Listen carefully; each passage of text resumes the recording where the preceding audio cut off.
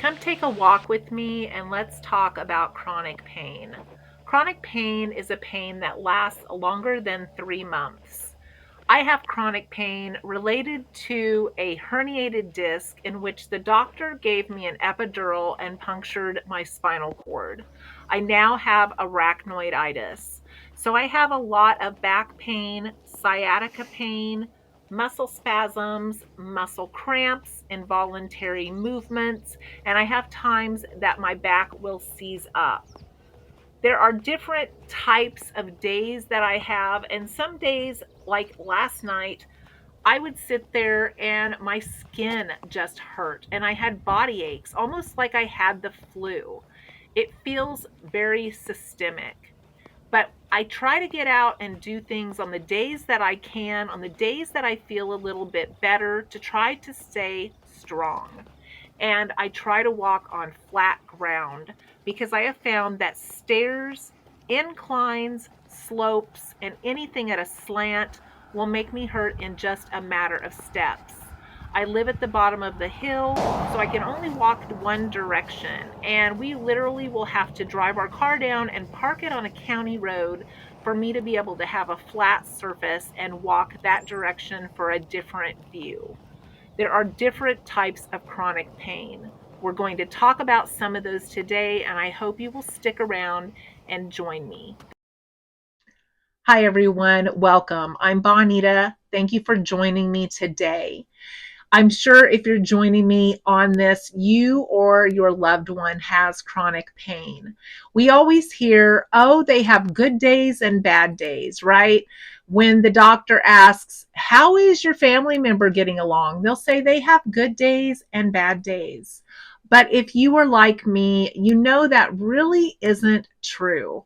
Chronic pain is constant. We are always in a level of pain. At least I know that I am. Sometimes it's worse. Sometimes it's worse than that. And sometimes it's better, but it's always there. We learn little techniques about trying to block it out, trying to ignore it, trying to go on with whatever we have going on that day. And sometimes just by doing little activities, we can even make it worse. It can change minute to minute. Very rarely do we have an entire good day. Those are a blessing from God. They're a surprise out of nowhere, and we will take them when we get them. But very rarely do we have an entire day that is good. There are 7 different types of chronic pain that the Cleveland Clinic identifies. They are fibromyalgia, and I know I have people watching this that experience that condition. There's also arthritis, and I have that. I have joint pains. I have enlarged knuckles. I have pain in my ankles, my wrists, my thumbs, my hips, my knees.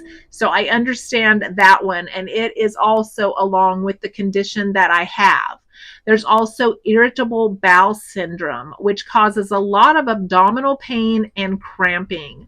There's low back pain related to herniated discs and sciatica pain. I have both of those conditions.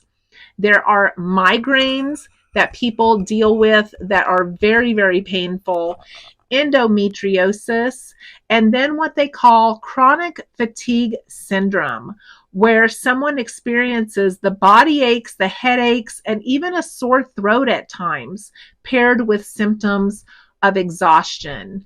And we know when chronic pain goes on and on and on, it does exhaust us. It exhausts us mentally and physically.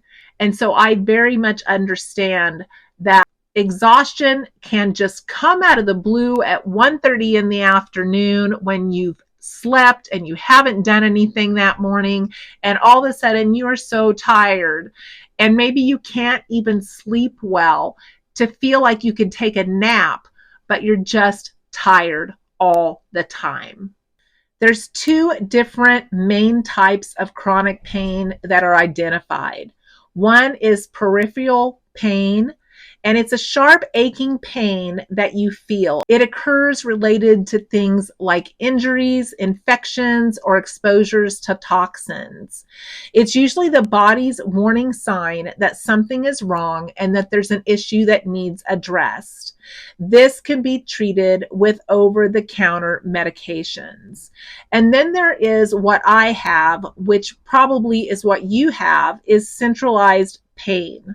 It's a more complicated type of pain that is facilitated by your brain and your spinal cord.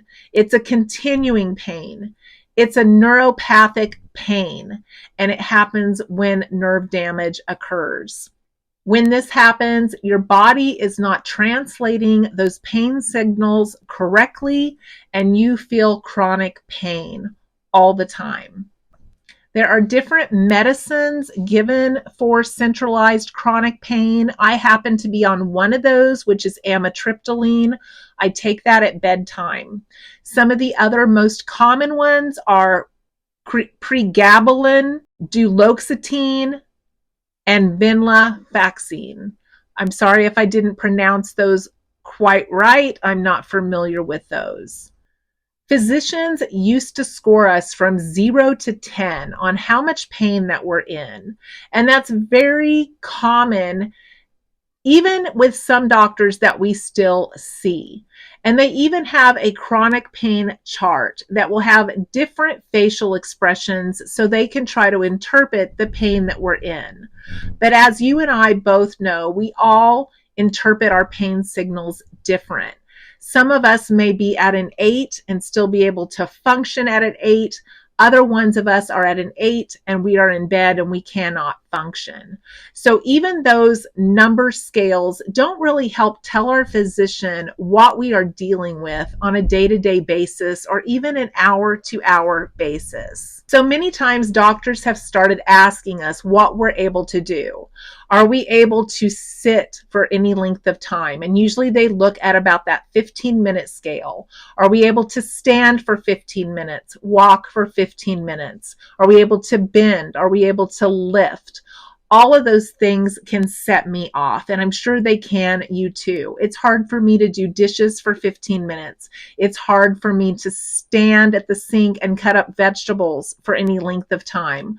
Many of those things can start off with a good day and turn into a bad day really quickly just by doing those easy tasks. Even taking clothes out of the washing machine can be painful and set me off. But even so, I strive to continue as normal of a life as I want. I want to keep my independence. I want to stay as strong as I can.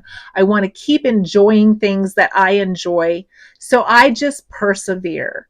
My sister-in-law told me this weekend to be careful about that because her husband had continued to work through different situations that he had, and she felt like it had made him worse.